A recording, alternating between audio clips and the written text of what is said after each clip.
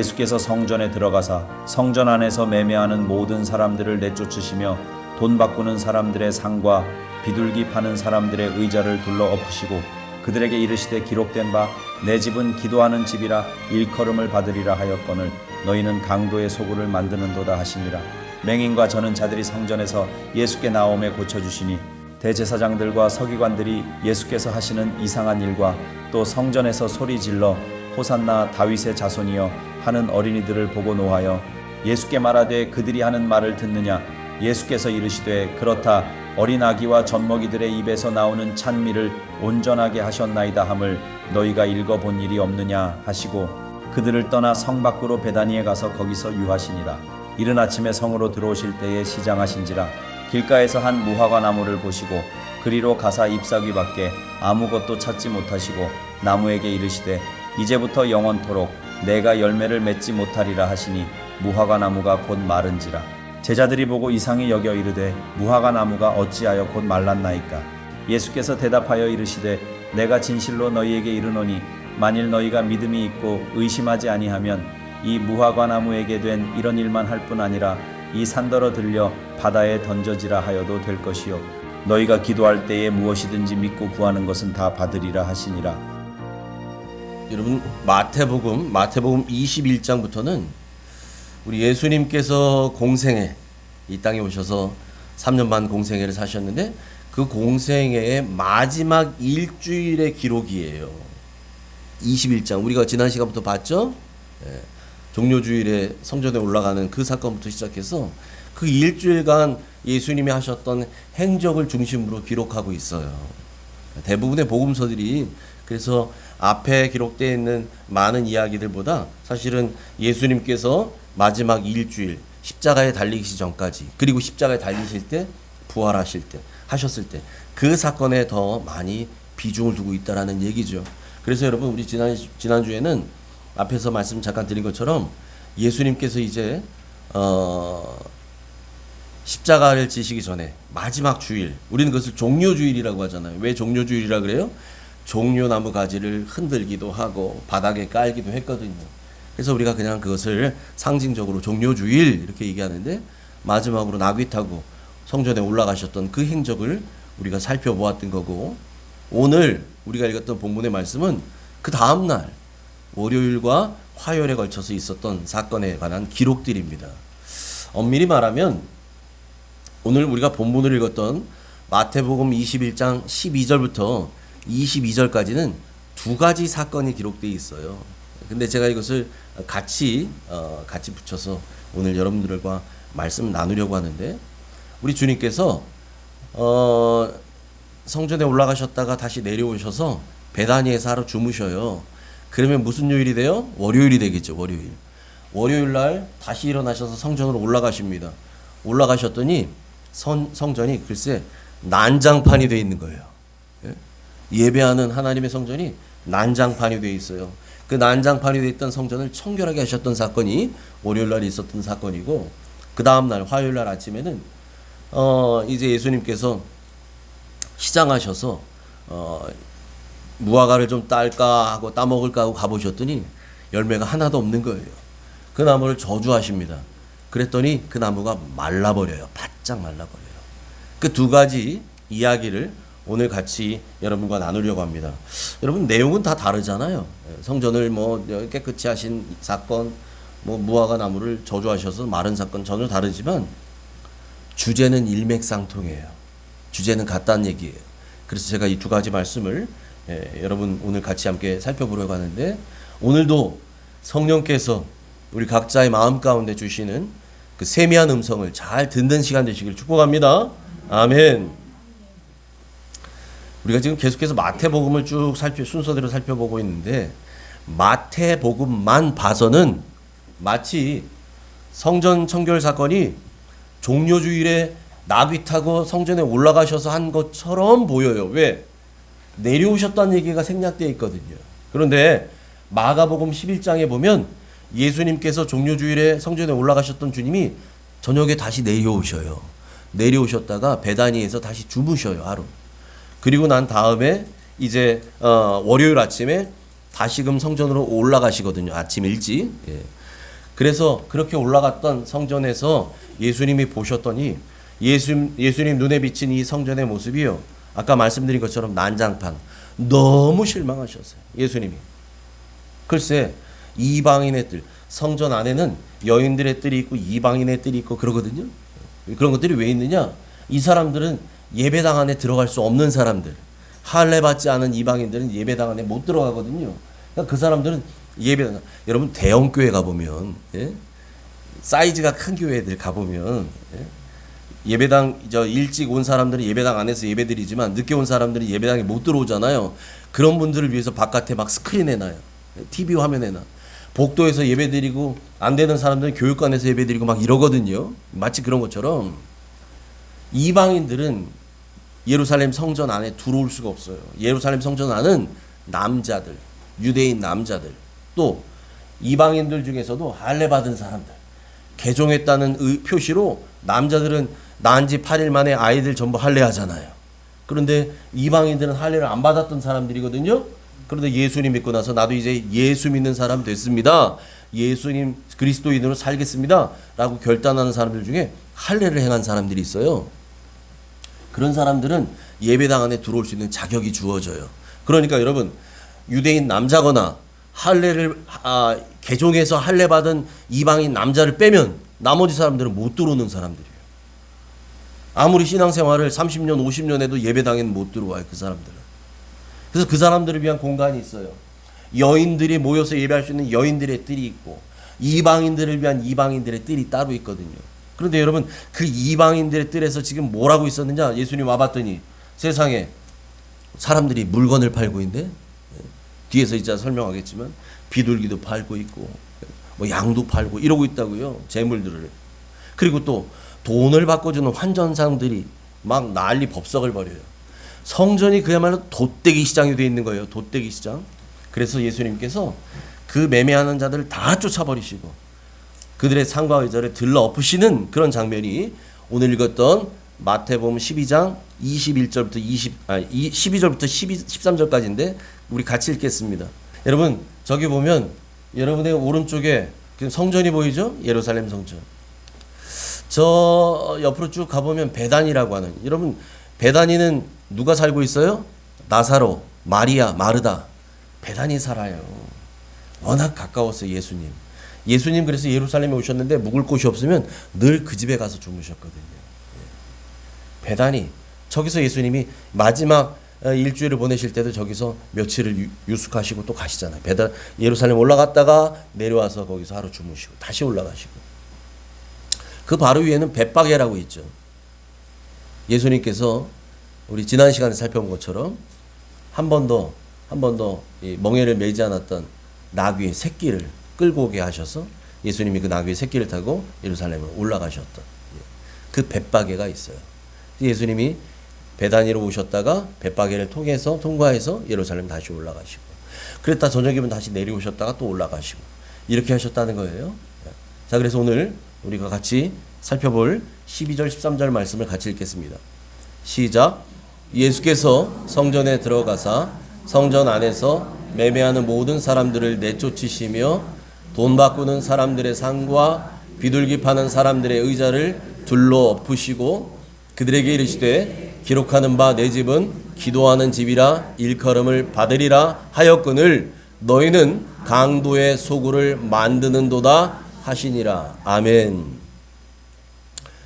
기록된 바 내 집은 기도하는 집이라 일컬음을 받았거늘 너희는 강도굴을 만드는도다. 이 성전을 내 아버지의 집으로 두라. 기록된 바 내 집은 기도하는 집이라. 예수님이 엄청 화가 많이 나셨죠. 예, 많이 화가 나셨어요. 상을 둘러엎고 사람들 다 쫓고 채찍을 들고 계시네요. 여러분, 예수님께서 저렇게 화가 나셨어요. 화가 나셨어요. 성전의 기능을 잃어버렸거든요. 이 당시에 제사장 직분을 독점하던 사람들이 있었어요. 사두개인들이라는 사람들, 사두개인. 바리새인들과 노선을 달리했던 사람들. 이 사람들, 사두개인들이 예수님 당시에 제사장 직분을 독점하고 있었어요. 이 사두개인이라는 사람들은 바리새인들과 달라요. 그래서 이 사람들은 내세를 믿지 않아요. 바리새인들은 내세를 믿어요. 천국도 믿고 지옥도 믿는데 사두개인들은 천국을 믿지 않아요. 이 땅이 전부라고 생각하는 사람들이었어요. 하나님을 믿는데도. 그러니까 사두개인들이 있어서 이 사람들의 최고 행복은 뭐냐? 이 땅에서 누리는 행복, 이 땅에서 누리는 만족, 이걸 천국이라고 생각한 거예요. 세상에서 잘 먹고 잘 사는 거, 잘 먹고 잘 사는 게 이들에게는 최고의 선이었어요. 사두개인들에게는. 그래서 이들이요, 이 땅에서 죽어서가 뭐가 필요했어? 이 땅에서지. 이러고 하니까 수단과 방법을 가리지 않고 이 땅에서 권력을 잡으려고 하고 뭔가 누리려고 하고 가지려고 하고 이런 욕심을 갖고 살았다니까요. 그래서 이 사람들이 로마 권력과 결탁을 해요. 사두개인들이. 잘 보였겠죠. 잘 보였겠죠. 로마 황제가 다스리고 있었잖아요. 그 사람들에게 잘 보여요. 결탁이 돼 있어요. 그래서 이 당시에 제사장직을 독점할 수 있었던 거예요. 이거 비성경적이죠. 원래 율법의 제사장 직분은 특별히 대제사장이 되기 위해서는 이거 다 1년직이거든요. 종신직이거든요. 그런데 그거는 뭐냐면 혈통을 통해서 아버지가 제사장이면 아들도 무조건 제사장 되고 이렇게 흘러갔어요. 이어왔다고요. 아론으로부터 시작해서. 그런데 여러분 예수님 당시에 이 제사장들, 이 사람들은 혈통을 따라 제사장이 된 사람들이 아니에요. 어떻게 됐을까요? 뇌물 주고, 자기를 위해서 좀 이 입심양면을 위해서 로마 권력에 아부하고 이렇게 해서 제사장 된 사람들이에요. 그렇게 제사장 됐는데 그 제사장 직분 잃어버리고 싶겠어요? 끝까지 누리려고 하죠. 그래서 이 사람들이 종교적 명분으로 부정한 돈을 착복합니다. 종교의 이름으로. 그렇게 해서 가진 이 돈의 일부를 로마에 상납해요. 그렇게 해서 기득권을 유지했던 거예요. 이 사람들이. 여러분 성전에 사람들이 올 때는요. 적어도 모든 유대인 남자들은 1년에 3번 성전에 와야 되잖아요. 3대 명절에. 지금 예수님이 계셨던 요 시기, 오늘 본문에 나왔던 요 시기는 6월절이 임박했던 시기거든요. 6월절. 그때 성전에 오는 사람들은 하나님께 털레털레 빈손으로 오지 않아요. 반드시 뭘 갖고 와야 되냐? 하나님께 바칠 제물을 준비해서 와야 돼요. 제물. 바칠 제물. 그런데 제물을 준비할 때는 율법에 절대로 흠 있는 제물은 안 된다고 하셨어요. 흠이 없어야 돼요. 자기의 형편에 따라 갖고 오죠. 돈이 좀 많은 사람은 소를 갖고 와요. 그래도 좀 여유 있는 사람은 양을 준비합니다. 그런데 그것도 없는 사람들은 비둘기라도 가져오는 거예요. 하나님께. 빈손으로 올 수 없어요. 다 제물을 갖고 와야 돼요. 그런데 여러분 그렇게 백성들이 갖고 온 제물이 이게 온전한 제물이 안 되면 하나님께 드릴 수 없잖아요. 흠 없는 제물 하나님께 바치지 말라고 되어 있거든요. 근데 여러분 생각해 보세요. 성전이 있으면 성전 바로 앞에서 예를 들면 한 13단지나 저기 풍경채에서 오시는 분들이 양을 끌고 왔네. 하나님께 오늘 양 잡아드려야지. 왔어. 이 정도면 괜찮아요. 그런데 여러분 어디 저기 멀리서 이제 양을 가지고 산을 2번 넘어야 되고 강을 지나야 되고 막 이렇게 와야 돼. 오다가 글쎄 양이 다리가 하나 부러졌네? 그럼 어떻게 돼요? 그 양은 못 드려요. 하나님께. 부정하다 그래서. 흠이 있다 그래서. 그래서 성전에는 누가 이것들을 관리하냐면 그 하나님께 바칠 제물이 이게 온전한가 흠이 있는가 이 제물의 상태를 검수하는 검수관들이 있었어요. 그 검수관의 역할을 누가 하느냐? 제사장들이 하는 거예요.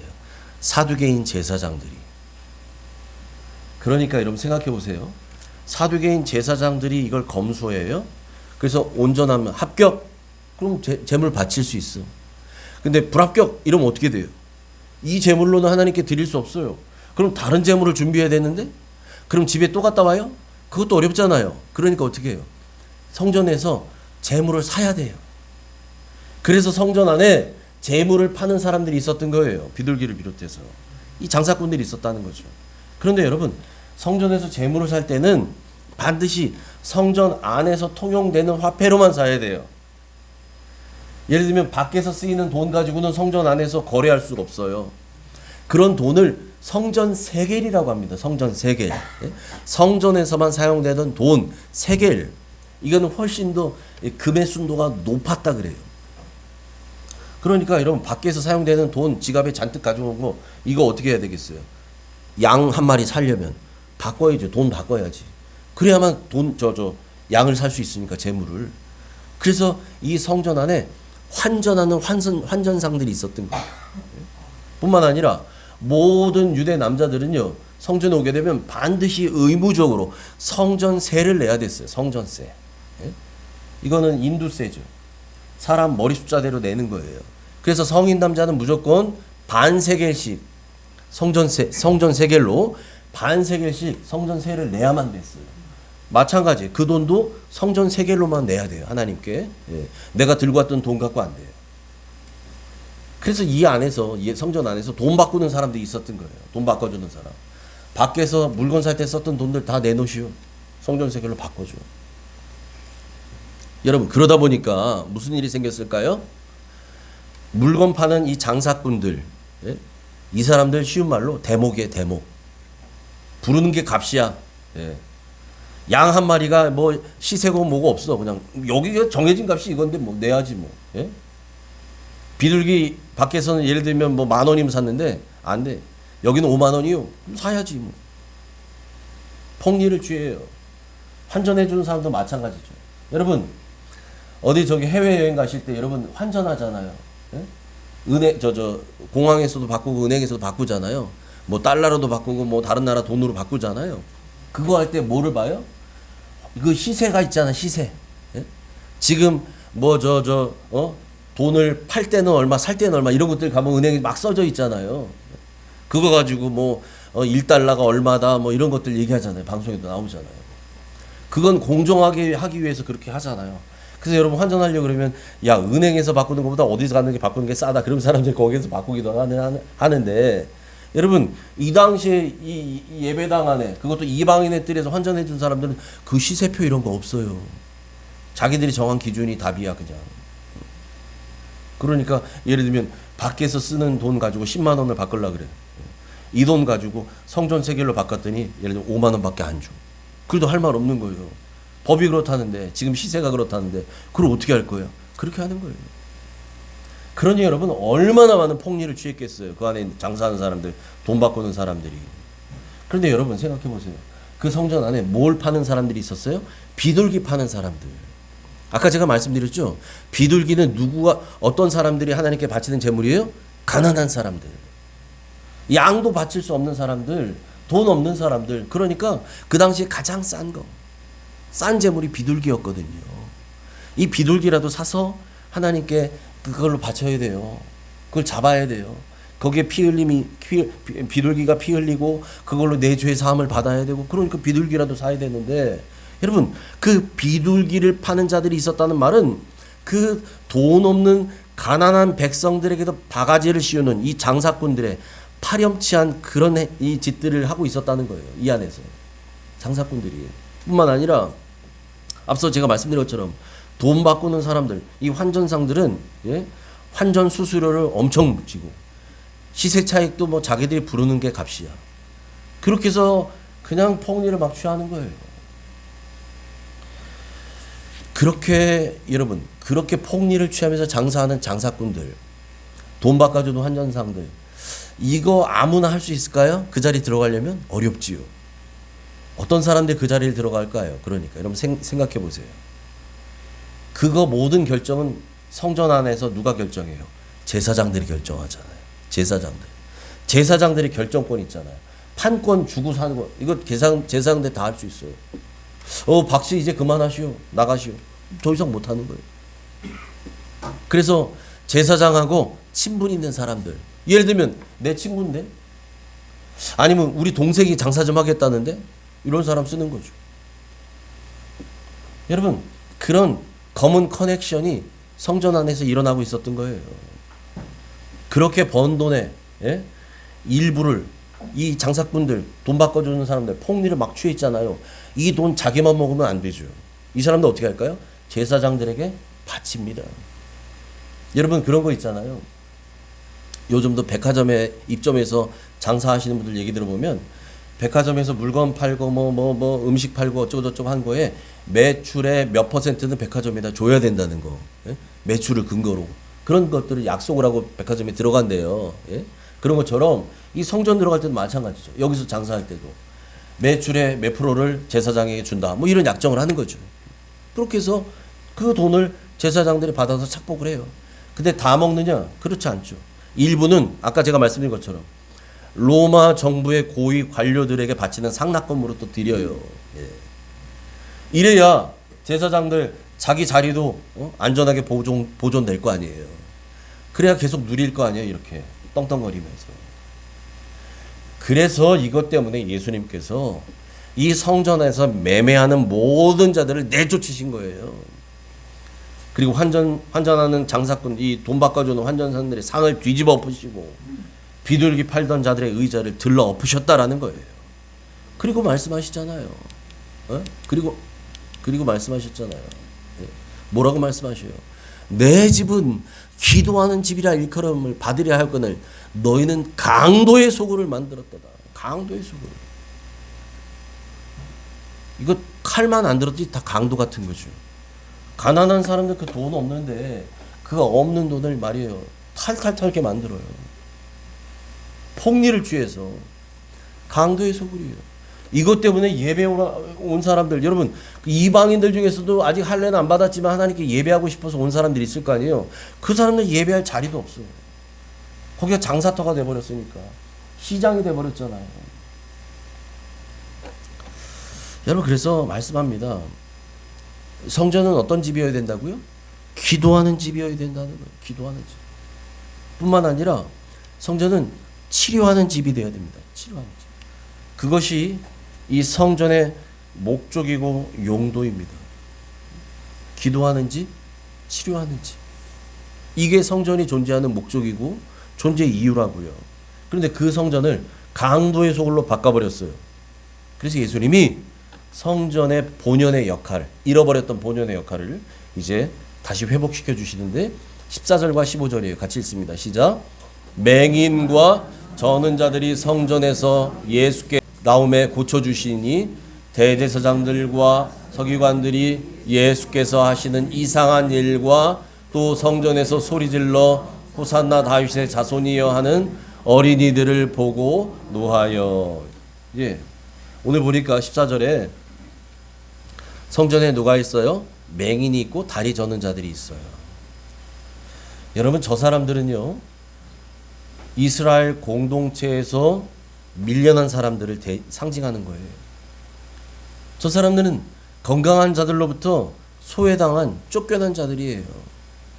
아픈 자들이에요.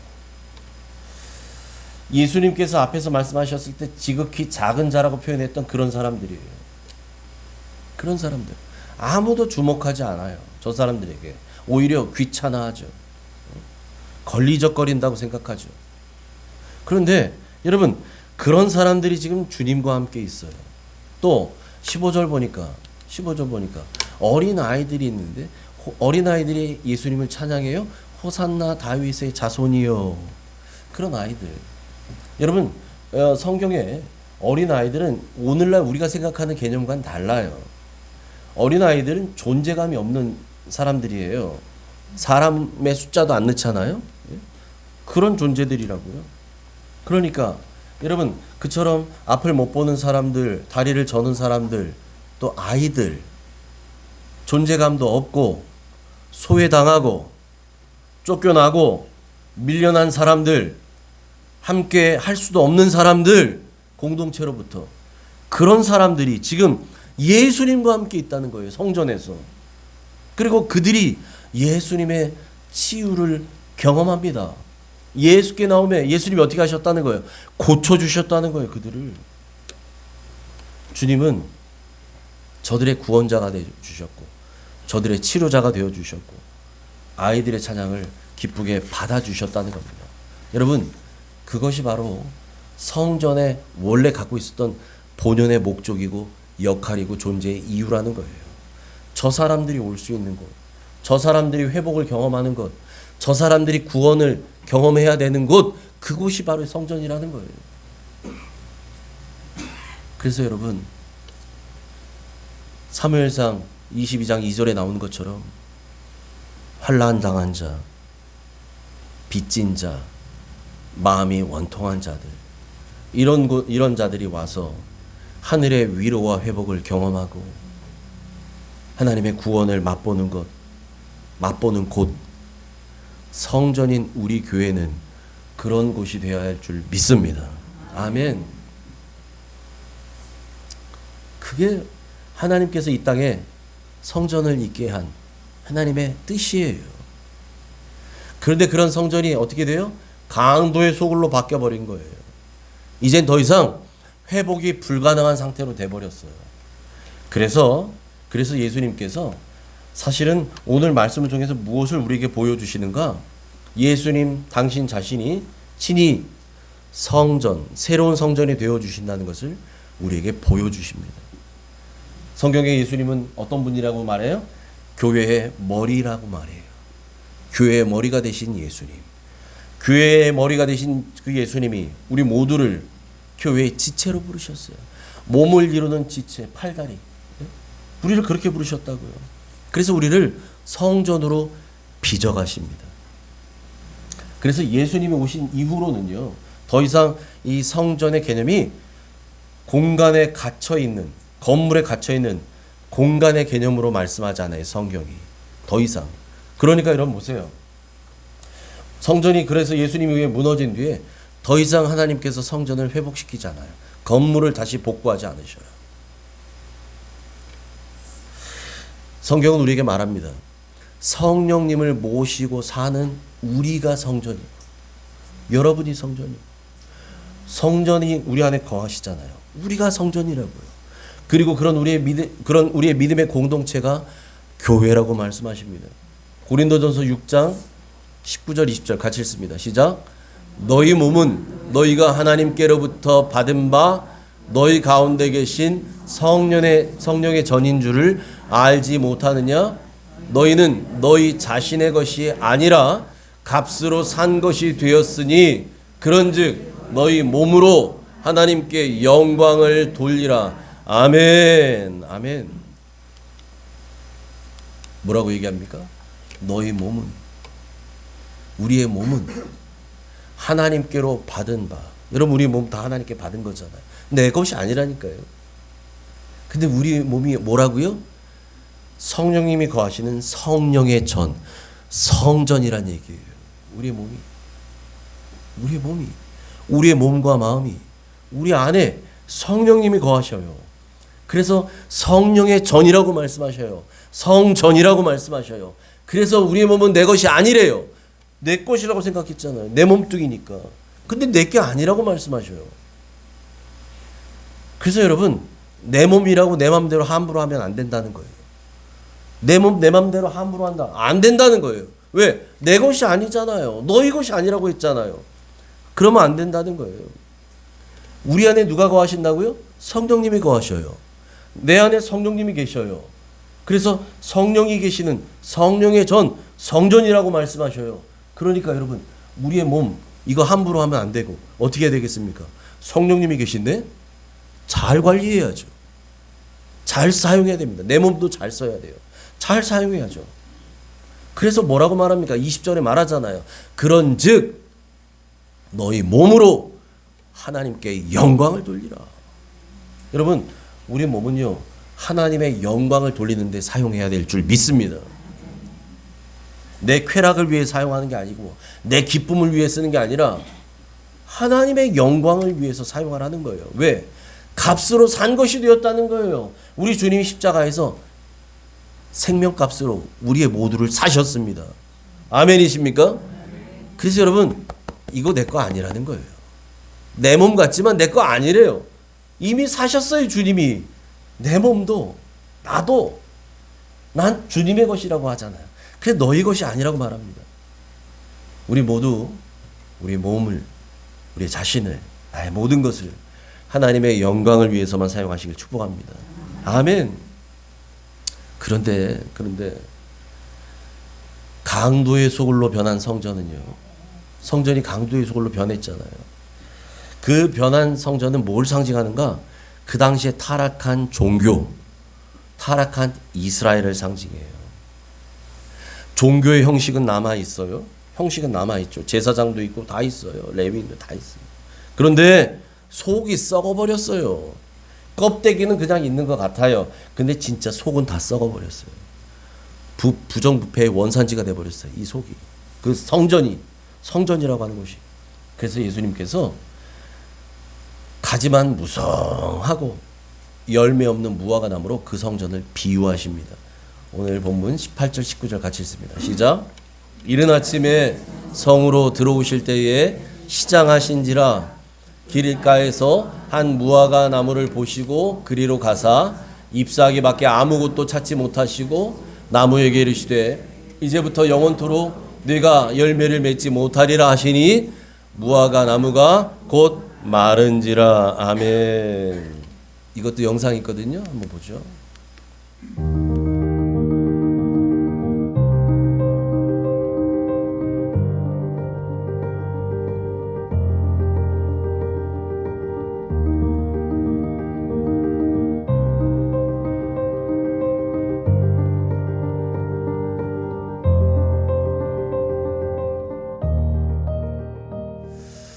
예수님께서 말씀하셨던 즉시 나뭇잎이 떨어지기 시작하면서 마르기 시작해요. 여러분 이스라엘에서는요 무화과가 많이 났는데 이 당도가 높고 상품 가치가 높은 그 무화과는 언제 나냐면 여름에 8, 9월에 수확을 한대요. 그때 달려서. 그런데 지금 예수님이 성전으로 올라가실 때 저 때는 언제냐면 6월절 즈음이거든요. 6월절이니까 이때는 한 3, 4월 정도 됐거든요. 3, 4월. 이때는 당도가 높은 무화과가 달리는 때가 아니에요. 그런데 이때도 무화과가 달립니다. 달려요. 예? 첫 무화과가 달리는 거죠. 그 해에. 그런데 요때 열리는 무화과는요. 달지 않고 맛이 텁텁한 거 있잖아요. 왜? 떫기도 하고 텁텁한 거. 그런 맛이 나니까 이건 상품 가치가 없어요. 못 팔아요. 그런데도 이게 요긴한 것은 가난한 사람들, 돈 없는 가난한 사람들, 그리고 나그네들의 요깃거리가 된다는 거예요. 배고픈 사람들. 나그네가 길을 가는데 먹은 게 없어서 너무 먹이죠.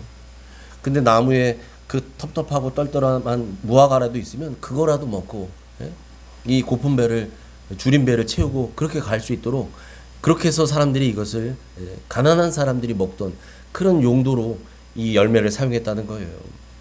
주님께서 지금 아침 이런 시간에 나오셔서 배가 고프셨거든요. 시장하셨거든요. 그런 열매라도 기대하신 거예요. 그런데 세상에 멀리서 볼 땐 잎사귀가 무성했거든요. 당연히 열매가 있을 거라고 기대하셨죠. 가봤는데 웬걸 하나도 없네. 열매가. 그걸 보시고 예수님께서 실망하셔서 그 무화과 나무를 저주하십니다. 그랬더니 아까 보신 것처럼 그대로 다 말라버렸다는 거예요. 여러분 잎사귀가 무성하다는 것은 형식은 갖췄다는 얘기예요. 그렇잖아요. 형식은 다 갖췄어. 외견상 잎이 무성해요. 이 당시 종교 지도자들이 그렇게 종교적인 형식은 다 갖췄어요. 그런데 속은 텅 빈 깡통 열매 없는 무화과 나무와 같았다는 거예요. 이들로 인해서요 이스라엘 전체가 영적으로 더 이상 회복 불가능한 상태로 빠져버리게 된 거예요. 이미 여러분 음식이 유효기간이 지나버렸어. 지나도 한참 지났어. 그건 어떻게 해요? 이건 재사용도 안 돼요. 그건 그냥 버려야 돼요. 음식물 쓰레기통에 버려야 돼요. 지금 이스라엘이 영적으로 그렇게 됐다는 거예요. 이스라엘의 성전이. 여러분 그래서 이 말라버린 무화과 나무는요. 그런 예루살렘 성전과 이스라엘의 운명을 보여주는 거예요. 그런데도 제자들이 그걸 깨닫지 못해요. 그리고서 이상히 여깁니다. 그 제자들을 향해서 주님께서 말씀하시는데 21절 22절 같이 읽습니다. 시작. 예수께서 대답하여 이르시되 내가 진실로 너에게 이르노니 만일 너희가 믿음이 있고 의심하지 아니하면 이 무화과 나무에게 된 이런 일만 할 뿐 아니라 이 산더러 들려 바다에 던져지라 하여도 될 것이요 너희가 기도할 때에 무엇이든지 믿고 구하는 것은 다 받으리라 하시니라. 아멘. 아멘. 저 말씀이 오늘의 결론입니다. 예수님께서 뭐라고 말씀하셔요? 만일 너희가 믿음 있고 의심하지 아니하면, 우리에게 믿음이 있다면 어떤 일을 할 수 있대요? 이 무화과 나무에게 된 이런 일만 하는 게 아니라, 그뿐만 아니라, 그 일은 당연히 하겠지만 그뿐만 아니라 이 산더러 들려서 바다에 던져지라 하여도 될 것이다. 이 산이 무슨 산일까요? 지금 예수님이 계신 산이에요. 예루살렘에 있는 시온산을 말해요. 시온산. 예루살렘에 계신 시온산. 여러분, 예루살렘에 있는 그 시온산이 던져서 바다에 던져지라 해도 그대로 될 것이라는 거예요. 그대로. 그래서 실제로 AD 70년에 로마의 티투스 장군에 의해서 저 시온산, 저 산에 있는 예루살렘 성전이 완전히 무너져 버립니다. 완전히 파괴돼요. 그래서 여러분, 그 뒤로 지금까지 성지순례 가보신 분들은 아시겠지만 거기에는 예루살렘 성전이 아니라 지금 가보면 이슬람 성전이 있고 뭐 이런 것들이 다 차지하고 있잖아요. 지금은 뭐만 남아 있어요? 예수님 당시에 서쪽 벽이었었던, 그래서 그것을 소위 통곡의 벽이라고 하는 그 벽의 일부만 남아 있을 뿐이에요. 예수님 당시에 성전 없어요. 없어요. 다 무너져 버렸어요. 다 없어져 버렸다. 여러분, 이 말씀을 통해서 오늘 우리 주님께서 우리에게 결론적으로 주십니다. 예수님은 무슨 말씀을 하시고 싶으신 것이냐? 예수님께서 친히 세워가실, 주님이 세워가실 성전에 관한 말씀을 하시고 싶은 거예요. 예수님은 아셨어요. 이 성전 무너진다. 그런데 다시는 건물로 지어진 예루살렘 성전을 세우지 않으실 것이다. 왜요? 주님이 성전이시니까요. 예수님이 성전 되셨기 때문에. 그런데 예수님이 세우시는 이 성전은요, 예수님이 세우시는 성전인 이 교회는요, 우리의 믿음을 기반으로 합니다. 그래서 보세요. 21절과 22절의 말씀이 전부 다 뭐에 관한 말씀이에요? 믿음에 관한 말씀이에요. 믿음을 기초로 이제 주님이 세우시는 성전인 교회는 세워집니다. 그러므로 여러분, 우리가 믿음으로 모이는 곳에는 주님도 함께 계시는 줄 믿습니다. 우리 주님 약속하시잖아요. 두세 사람이 내 이름으로 모인 곳에 내가 함께 한다고요. 그 두세 사람이 예수님의 이름으로 모인다는 것은 믿음으로 모이는 거예요. 믿음으로 모인 그 자리에 우리 주님 함께 하셔요. 여러분, 그곳이 교회가 되는 거예요. 오늘 우리가 모여서 예배하는 이곳에도 우리 주님이 함께 하시는 줄 믿습니다. 여러분, 그래서 주님이 세우시는 이 교회에 믿음은 너무너무 중요해요. 믿음이 없으면 껍데기. 그래서 여러분, 우리 주님께서 22절에 다시 한번 우리에게 약속 주시는데, 그렇게 믿음으로 구하는 기도, 그런 기도에는 능력이 있다고 말씀하셔요. 믿음의 기도에는 능력이 있어요. 왜 그럴까요? 믿음은 하늘 보물 창고를 여는 열쇠이기 때문에 그래요. 하늘의 보물 창고를 열려면 믿음이라고 하는 열쇠가 있어야 돼요. 그 열쇠로 열어야 돼요. 그리고 하나님은 그렇게 우리가 믿음으로 구하는 기도에 응답하시는 것을 기뻐하셔요. 하나님 아버지는 사실 기다리고 계셔요. 기도하라고, 믿음으로 구하라고 기도하고 계셔요. 기다리고 계셔요. 구하라, 그리하면 너에게 주실 것이요. 이 말은 뭡니까? 주님께서 준비하고 계신다는 얘기예요. 그러니 구하라. 얘들아, 내가 준비하고 있다. 응답. 구해. 찾으라. 두드리라. 하라는 거예요. 답은 준비하고 계신다는 거예요. 선물 보따리 갖고 계신다는 거예요. 그런데도 기도하지 않는 것. 이게 안타까운 거죠. 이게 어리석은 거죠. 주님 다 준비하셨다는데, 기도하면 주겠다는데. 여러분, 그래서 우리에게 약속하시잖아요.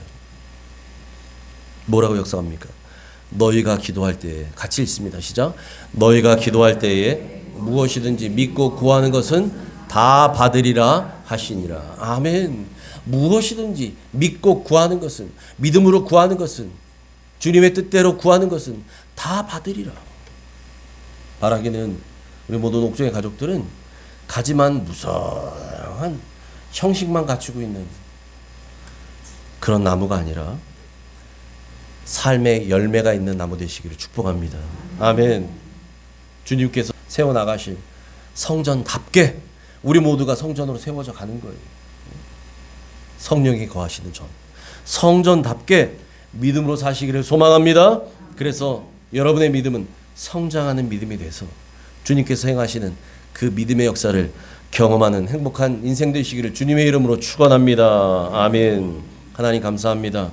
오늘도 마태복음 21장 12절부터 22절의 말씀을 본문으로 우리에게 주님께서 주시는 말씀을 통해 오늘 나에게는 어떻게 살라고 하시는지, 살기를 원하시는지 깨닫게 하시니 감사합니다. 하나님, 바라기는 우리 모두가 하나님 껍데기만 붙드는 사람들이 아니라, 형식만 갖고 있는 사람들이 아니라 하나님 그 안에 꽉 채워지는 믿음의 사람들 되게 하여 주옵소서. 정말 하나님을 기쁘시게 하는 믿음이 있기를 원합니다. 하나님, 그래서 믿음으로 살아가고 우리의 믿음이 성장하고 그 믿음을 통해 주님의 역사를 경험하는 믿음으로 승리하는 우리 모두가 되게 하여 주옵소서. 그렇게 우리를 이기게 하실 예수님 이름으로 감사하며 기도합나이다. 아멘.